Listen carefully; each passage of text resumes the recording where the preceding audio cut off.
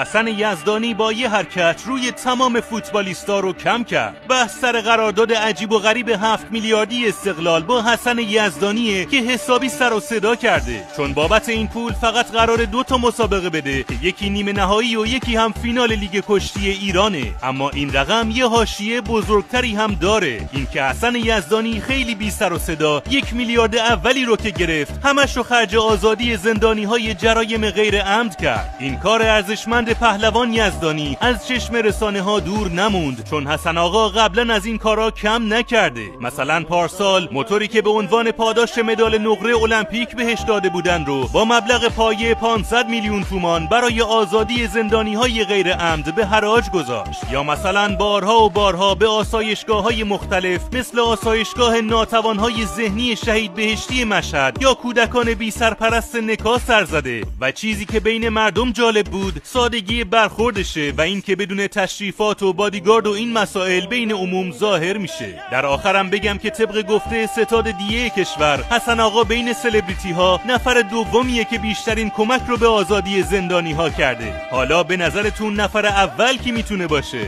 سایواندر رو فالو کن که از محتوای جالب ما جا نمونی.